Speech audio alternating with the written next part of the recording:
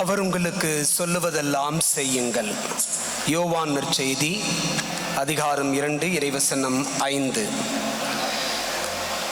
இன்றைய நிகழ்வினை தலைமையேற்று வழிநடத்துகின்ற நம்முடைய செங்கற்பட்டு மறை மாவட்டத்தினுடைய மேதகு ஆயர் தந்தை நீதிநாதன் அவர்களுக்கும், நம்முடைய பல்லாவரம் மறைவட்ட ஆயர் தந்தையினுடைய தனி பதில் குரு, நம்முடைய மறை மாவட்டத்தினுடைய மேனாள் முதன்மை குரு பேரர் தந்தை பாக்கிய ரெஜிஸ் அவர்களுக்கும், நம்முடைய பல்லாவரம் சட்டமன்ற தொகுதியினுடைய சட்டமன்ற உறுப்பினர் மாண்புக்குரிய இ கருணாநிதி அவர்களுக்கும், நம்முடைய அருள் பணியாளர் பாஸ்கர் ஆந்தனி அவர்களுக்கும், அருள் தந்தையர்களுக்கும், இறை மக்களுக்கும், இந்த நிகழ்வை மிக சிறப்பாக வழிநடத்தி கொண்டிருக்கின்ற மதிப்புக்குரிய ஜான் ஜுரோம் அவர்களுக்கும் அவருடைய குழுவினருக்கும் என்னுடைய மாலை வணக்கத்தை தெரிவித்துக் கொண்டு, நாம் இன்றைய நிகழ்வினுடைய மைய சிந்தனையை தியானிக்க உங்களை அன்போடு அழைக்கின்றேன்.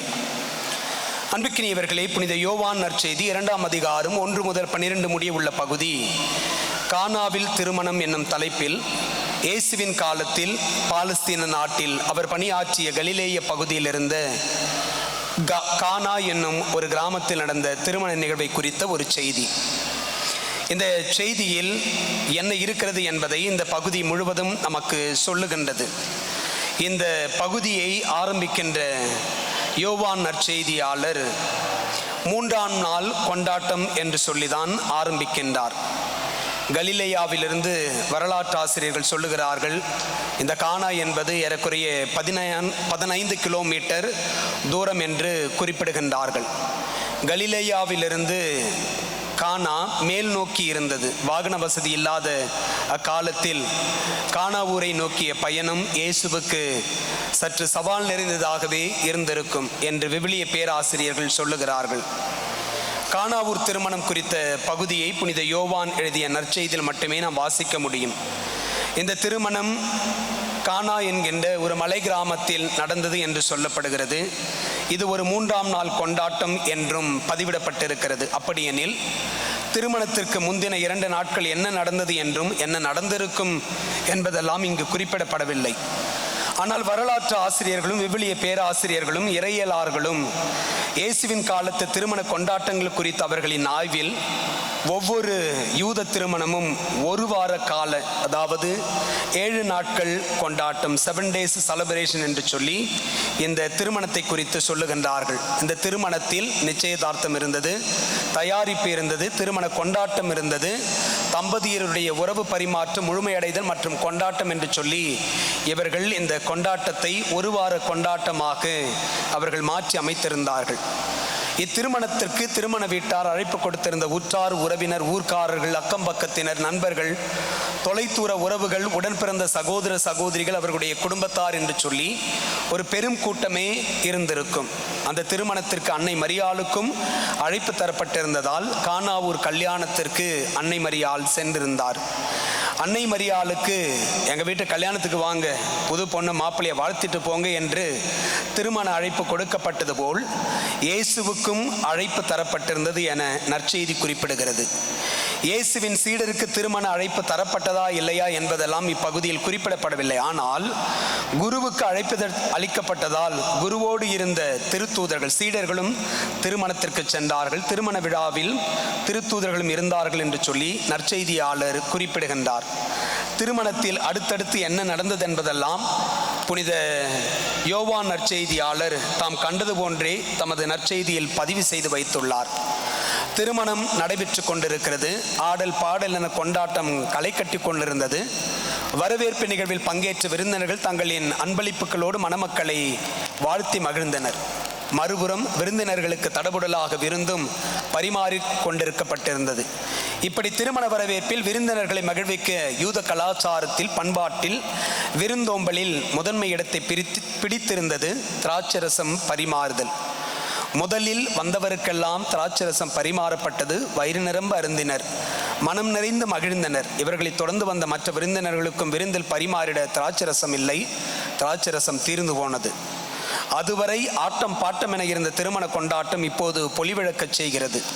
விருந்தினர் மத்தியில் சலசலப்பு, திருமண குடும்பத்திற்கு எதிராக கேலி பேச்சுக்கள், திருமண விழாவை சரியாக நடத்த தெரியாத குடும்பம் என்ற ஏச்சுக்கள், திராட்சரசம் இல்லை, வந்ததே வீண் என பேசத் தொடங்கியது. திருமண வீட்டார் காதில் விழ என்ன செய்வது என்று திகைத்து நிற்க, தத்தளிக்கும் குடும்பத்தை தாங்கி பிடிக்க கடவுளின் காவல் தூதராய் வருகிறார் அன்னை மரியாள். யாரிடமும் எதையும் கேட்கவில்லை, என்ன நடந்தது என்று எவரிடத்திலும் விசாரிக்கவில்லை. நான் பார்த்து கொள்ளுகிறேன், கொஞ்சம் பொறுமையாயிருங்கள் என்று எந்த கூச்சலும் எழுப்பவில்லை. தன் மகனிடம் செல்லுகிறார், சூழலை எடுத்து ஏம்புகிறார், என்ன செய்யலாம் என்று யோசனை வழங்குகிறார். தான் என்ன பண்ண முடியும் என்பது போல், அம்மா அதை பற்றி நாம் என்ன செய்ய முடியும் என்கிறார். ஏதாவது செய்தாக வேண்டும் என்று அன்னை மரியாள் அழுத்தமான பரிந்துரையை வைக்கின்றார். என்ன செய்வது, எங்கு துவங்குவது என இயேசு நினைக்கும் தருணத்தில், தமது மகன் இவ்வுலகின் மீட்பர், கடவுளின் மகன், கடவுளின் வல்லமை நிரம்ப பெற்றிருக்கின்றவர், தூய ஆவியாரின் சக்தி வெளிப்படுத்த வேண்டிய தருணம் இது என எல்லாவற்றையும் உணர்ந்தவராய் அன்னை மரியாள் அங்கிருந்த பணியாளர்களை பார்த்து கட்டளையிடுகிறார், அவர் உங்களுக்கு சொல்லுவதெல்லாம் செய்யுங்கள். இதற்கு மேலும் அமைதி காத்தல் அவசியமற்றது என்பதை இயேசு உணர்கிறார். என் அம்மாவுக்குத்தான் எல்லாம் தெரியுமே, இப்போது கூட எனக்கு தெரியுமோ இல்லையோ, என் அம்மாவுக்கு மிக நன்றாகவே தெரியும் எனது நேரம் வந்துவிட்டது என்று. காலியான கல் தொட்டிகளில் தண்ணீர் நிரப்புங்கள் என்று இயேசு பணியாளர்களுக்கு பணிவாய் கட்டளையிடுகின்றார். சத்தமில்லாமல் கல் தொட்டிகளில் மேல் கை நீட்டி ஜெபிக்கின்றார். வெறும் தண்ணீர் முதல் தரமான திராட்சரசமானது. சற்றே மயானமான அமைதிக்கு உட்பட்டிருந்த திருமண கொண்டாட்டம் மீண்டும் களை கட்டியது. கானாவூர் கல்யாண நிகழ்வில் சிந்திப்பதற்கும் தியானிப்பதற்கும் ஏராளமான விடயங்கள் உள்ளது. கானா என்னும் கிராமத்தை குறித்து, அவ்வூரின் அமைப்பை குறித்து, அங்கிருந்த அன்றைய அரசியல் பொருளாதாரம் குறித்து பேசலாம். கானாவை உள்ளடக்கிய கலிலேய பட்டணம் குறித்தும், கலிலேயாவின் அடையாளமாயிருந்த கலிலேய கடல் குறித்தும், அங்கு நடைபெற்ற மீன்பிடித்தல் மற்றும் அதனோடு தொடர்புடைய வியாபாரம், பொருளாதாரம் போன்றவை குறித்தும் பேசலாம். திருமண குடும்பத்தை குறித்து, திருமண ஏற்பாடுகள் குறித்து, திருமண கொண்டாட்டம் குறித்து, திருமண குடும்பம் குறித்து, மணமக்களை குறித்து, மணமக்களின் ஆடை அலங்காரம் குறித்து எனவும் பேசலாம், கருத்து பரிமாற்றம் செய்து கொள்ளலாம். ஆனால் இன்று இப்போது இந்த நற்செய்தி பகுதியில் பதிவு செய்யப்பட்டிருக்கும் அன்னை மரியாளின் இயேசுவை நோக்கிய சொற்றொடர், அவர் உங்களுக்கு சொல்லுவதெல்லாம் செய்யுங்கள் என்னும் மிக முக்கிய வாக்கியம் குறித்து தியான சிந்தனையை குறித்து கொஞ்சம் தியானிப்போம். அவர் உங்களுக்கு சொல்லுவதெல்லாம் செய்யுங்கள், அவர் உங்களுக்கு சொல்லுவதெல்லாம் செய்யுங்கள் என்னும் இந்த இறை வார்த்தைகள் அன்னை மரியாளின் இறை வார்த்தைகள். புதிய ஏற்பாட்டில், அதிலும் குறிப்பாக நற்செய்தி பகுதியில் தரும் தரவுகளின் அடிப்படையில் புனித லூக்கா நற்செய்தியில் இயேசு கிறிஸ்துவின் பிறப்பின் முன்னறிவிப்பு நிகழ்வில் இது எப்படி நிகழும், நான் கன்னியாயிற்றே என்பது முதலில் அன்னை மரியாள் பேசியதாக விவிலியத்தில் பதிவேற்றம் செய்யப்பட்டுள்ள முதல் வாக்கியம். இரண்டாவதாக, நான் ஆண்டவரின் அடிமை, உம் சொற்படியே எனக்கு நிகழட்டும் என்பதாகும். மூன்றாம் முறை பேசியது என்ன என்று குறிப்பிடப்படவில்லை, மாறாக எலிசபெத்தை சந்தித்து வாழ்த்தினார் என்று மட்டுமே சொல்லப்பட்டிருக்கிறது. நான்காவதாக மரியாவின் பாடல். ஐந்தாவதாக புனித யோவான் நற்செய்தியில் கானாவூர் திருமண நிகழ்வில் அன்னை மரியாள் பேசியதாக தரப்பட்டுள்ள அவர் உங்களுக்கு சொல்லுவதெல்லாம் செய்யுங்கள் என்பதை தவிர அன்னை மரியாள் வேறெங்கும் விவிலியத்தில் பேசியதாக நமக்கு பதிவுகளோ தரவுகளோ இல்லை. கானாவூர் திருமணத்தில் திராட்சரசம் முற்றிலும் தீர்ந்து போய் திருமண ஏற்பாடு செய்திருந்த குடும்பம் பெரும் அவமானத்தை எதிர்கொள்ள போவதை உய்த்துணர்ந்து தனது மகனிடம் உதவி கேட்டு சென்றபோது திருமண வீட்டு பணியாளர்களுக்கு அன்னை மரியாள் இட்ட கட்டளை வாக்கியம்தான், அவர் உங்களுக்கு சொல்லுவதெல்லாம் செய்யுங்கள். அன்புக்கினியவர்களே, இயேசு சொல்லுவதெல்லாம் செய்தல். நம் வாழ்விலும் கானாவூர் போன்ற கொண்டாட்டங்கள் இருக்கும். கொண்டாட்டங்கள் வழியாய் மகிழ்வு வரும். உறவுகளோடு மகிழ்ந்திருப்போம். அங்கு ஆரவாரம் இருக்கும், அக்களிப்பு இருக்கும், அகமகிழ்வு தாண்டவம் ஆடும். இயேசு சொல்வதெல்லாம் செய்தால் கானாவூர் திருமண வீட்டிலிருந்து அன்னை மரியாளும் இயேசுவும் திருத்தூதர்களும் நம் நாட்டிலும் ஊர்களிலும் சமூகத்திலும் பங்கின் அமைப்புகளிலும் அன்பியத்திலும் வீட்டிலும் இருப்பார்கள். இவர்களின் உடனிருப்பு நமக்கான ஆசீர்வாதமாக இருக்கும். இயேசு சொல்வதெல்லாம் செய்தால் அன்னை மரியாள் வழியாக நாம் ஏறெடுக்கும் நமது ஜெபங்கள், வேண்டுதல்கள், மன்றாட்டுக்கள் எல்லாவற்றையும் இயேசு நமக்காக செய்து கொடுப்பார். புனித யோவான் நற்செய்தியில் அன்னை மரியாளும் அவர் உங்களுக்கு சொல்லுவதை செய்யுங்கள் என்றோ சொன்னதை செய்யுங்கள் என்றோ சொல்லப்போவதை பின்னாளில் செய்யுங்கள் என்றோ சொல்லவில்லை, மாறாக சொல்வதெல்லாம் என்று தீர்க்கமாய் கூறுகின்றார். நாம் செய்யும்படி இயேசு சொன்னதெல்லாம் என்ன? மனமாறுங்கள், நற்செய்தியை நம்புங்கள் என்றார். என் பின்னே வாருங்கள் என்றார். உலகிற்கு ஒளியாகவும் உப்பாகவும் இருங்கள் என்றார். சினம் கொள்ளாதீர்கள், மனத்தாங்கள் இருந்தால் நல்லுறவும் உடன்பாடும் ஏற்படுத்தி கொள்ளுங்கள் என சொன்னார்.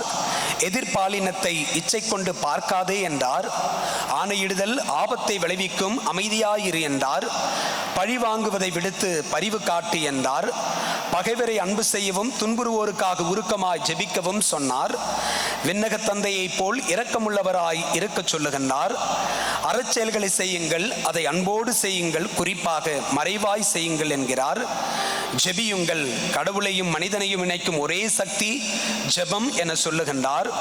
மனிதர் செய்யும் குற்றங்களை மனதார மன்னியுங்கள் என்கிறார். கவலை கொள்ளாதீர்கள், கடவுளையும் கடவுளுக்குரியதையும் நாடுங்கள், தேடுங்கள் என்கிறார். யாருக்கும் தீர்ப்பளிக்காதே, பிறரில் உள்ள நிறைகளை பாராட்டு, குறைகளை குத்தி காட்டாதே என்கிறார். பொன்விதியான பிறர் உங்களுக்கு செய்ய விரும்புகிறவற்றையெல்லாம் நீங்களும் அவர்களுக்கு செய்யுங்கள் என்பதை மறவாமல் கடைபிடிக்கும்படி வலியுறுத்துகின்றார். வாழ்வுக்கு நம்மை இட்டுச் செல்லும் இடுக்கமான வாயில் வழியாக அன்றாட சிலுவைகளோடும் எதிர்மறை அனுபவங்களோடும் தொடர்ந்து பயணிக்க பணிக்கின்றார். இயேசுவின் சீடர்களாய் நாம் அவரை போல் சொல்லிலும் செயலிலும் முரண்பாடற்றவர்களாய் விண்ணக தந்தையின் திருவுளத்தை நிறைவேற்றுபவர்களாய் இருக்க சொல்லுகின்றார். நூற்றுவ தலைவனின் நம்பிக்கை நமதாக வேண்டும் என்கிறார். பலியை அல்ல இரக்கத்தையே விரும்புகிறேன் என சொல்லி நம்மையும் இரக்கமுடையவராய் இரக்கத்தை அன்றாட செயல்பாடுகளில் வெளிப்படுத்துபவர்களாய் இருங்கள் என்கிறார். ஆண்டவருடைய பணிக்கு பணியாளர்களை அனுப்பும்படி அறுவடையின் உரிமையாளரான ஆண்டவரிடமே மன்றாடும்படி அழைப்பு தருகின்றார். நம்மிடம் இருப்பது நமது என்று நாம் பெருமையடித்துக் கொள்ளுவது எல்லாம் கடவுளின் ஈகை. எனவே கொடையாக பெற்றதை கொடையாக தந்து மகிழுங்கள் என்கிறார். உடைமைகளை விற்று தர்மம் செய்யுங்கள் என்கிறார். என்னிடம் வாருங்கள், இளைப்பாறுதல் கிடைக்கும், கற்றுக்கொள்ள முடியும் என்கிறார். ஓய்வு நாளில் மனிதருக்கு நன்மை செய்வதே முறை என்கிறார். தூய ஆவியானவருக்கு எதிராக பேசாமல் இருப்பது நலம் என்கிறார். மனிதர் பேசும் ஒவ்வொரு வீண் வார்த்தைக்கும் தீர்ப்பு நாளில் கணக்கு கொடுக்க வேண்டும் என சொல்லி நமது வார்த்தைகளை கவனமாக கையாள வேண்டும் என்கின்றார். விண்ணகத்தில் உள்ள என் தந்தையின் திருவுளத்தை நிறைவேற்றுபவர் தான் தனக்கான சகோதரர் சகோதரிகள் என்கிறார். இயேசுவின் சீடராக விரும்புகின்றவர் தன்னலம் துறந்து தம் சிலுவையை சுமந்து கொண்டு தம்மை பின்பற்றிட அழைக்கின்றார். இறைவேண்டலினாலும் நோன்பினாலும் மட்டுமே பேய்களை ஓட்ட முடியும் என்கிறார். சிறுபிள்ளைகளைப் போல் தாழ்த்தி கொண்டால் விண்ணரசில் பெரியவர்களாகலாம் என்கிறார். சகோதர சகோதரிகளின் குற்றங்களை அவர்கள் தனித்திருக்கும் பொழுது எடுத்துரைக்க வேண்டும். பாவங்களிலிருந்து அவர் தம்மை விடுவித்துக் கொள்ள உதவிட வேண்டும் என்கிறார். விண்ணுலகில் இருக்கும் கடவுளிடமிருந்து நாம் மன்னிப்பு பெற வேண்டுமெனில் நமது சகோதர சகோதரிகளை மனதார மன்னிக்க வேண்டும் என்கிறார். பாவம் செய்பவர் பலமுறை வந்து மன்னிப்பு கேட்டாலும் கணக்கிட முடியாத அளவுக்கு மன்னிக்க வேண்டும் என்கிறார். மன்னக வாழ்வு நிறைவுள்ளதாய் இருக்க வேண்டுமெனில் உடைமைகளை விற்று ஏழைகளுக்கு கொடுக்க வேண்டும் என்கிறார். இறைவனிடம் வேண்டும் போது நம்பிக்கையுடன் கேட்க வேண்டும். கடவுளுக்குரியதை கடவுளுக்கும் அரசுக்குரியதை அரசுக்கும் கொடுக்க வேண்டும் என்கிறார். ஆண்டவராகிய கடவுளிடம் அன்பு செலுத்த வேண்டும், அடுத்திருப்பவர் மீதும் அன்பு கூற வேண்டும் என முழக்கமிடுகிறார். பெரியவராக இருக்கிறவர் தொண்டராகவும் தம்மை தாழ்த்தி கொள்ளுபவராகவும் இருக்க வேண்டும். திருச்சபையின் முக்கிய போதனைகள் ஆகிய நீதி, இரக்கம், நம்பிக்கை ஆகியவற்றை தவறாது கண்டிப்பாய் கடைபிடிக்க வேண்டும் என பறைசாற்றுகின்றார். விழிப்பாய் இருக்க வேண்டும், அனைத்திற்கும் ஆயத்தமாய் இருக்க வேண்டும், பசித்திருப்போருக்கு உணவளிக்க வேண்டும், தாகமாயிருப்பவருக்கு தண்ணீர் கொடுத்திட வேண்டும், அறிமுகமில்லாதவருக்கு உதவிட வேண்டும், ஆடையின்றி இருப்பவரின் நிர்வாணத்தை போர்த்த வேண்டும், நோயிற்றிருப்போரை கவனித்துக் கொள்ள வேண்டும், சிறையில் இருப்போருக்காக ஜெபிக்க வேண்டும், விடுதலை பெற உதவிட வேண்டும் என குறிப்பிடுகின்றார். சோதனைக்கு உட்படாமல் இருக்க விழித்திருந்து ஜெபிக்க வேண்டும் என்றும் சொல்லுகிறார். திருத்தூதர்களை பார்த்து நம்மையும் பார்த்து நீங்கள் போய் எல்லா மக்கள் இனத்தாரையும் சீடராக்குங்கள், தந்தை மகன் தூய ஆவியார் பெயரால் திருமுழுக்கு கொடுங்கள் என்கிறார். அஞ்சாதீர்கள், நம்பிக்கையை மட்டும் விடாதீர்கள் என்கிறார்.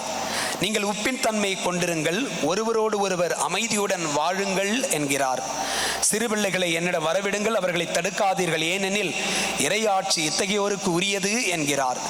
நீங்களும் ஆயத்தமாயிருங்கள், நினையாத நேரத்தில் மானிட மகன் வருவார் என எச்சரிக்கிறார். நீர் விருந்தளிக்கும் போது ஏழைகளையும் உடல் ஊனமுற்றோரையும் பார்வையற்றோரையும் அழையும், அப்போது நீர் பேறு பெற்றவர் ஆவீர் என்று சொல்லுகிறார். நீங்களும் உங்களுக்கு பணிக்கப்பட்ட யாவற்றையும் செய்தபின், நாங்கள் பயனற்ற பணியாளர்கள், எங்கள் கடமையைத்தான் செய்தோம் என சொல்லுங்கள் என்கிறார். நீங்கள் கவலைப்பட வேண்டாம், சோதனைக்கு உட்படாதிருக்க இறைவனிடம் மன்றாடுங்கள். வெளித்தோற்றத்தின்படி தீர்ப்பளிக்காதீர்கள், நீதியோடு தீர்ப்பளியுங்கள். நீங்கள் உலகப் போக்கின்படி தீர்ப்பளிக்காதீர்கள் என்றும் முழக்கமிடுகின்றார்.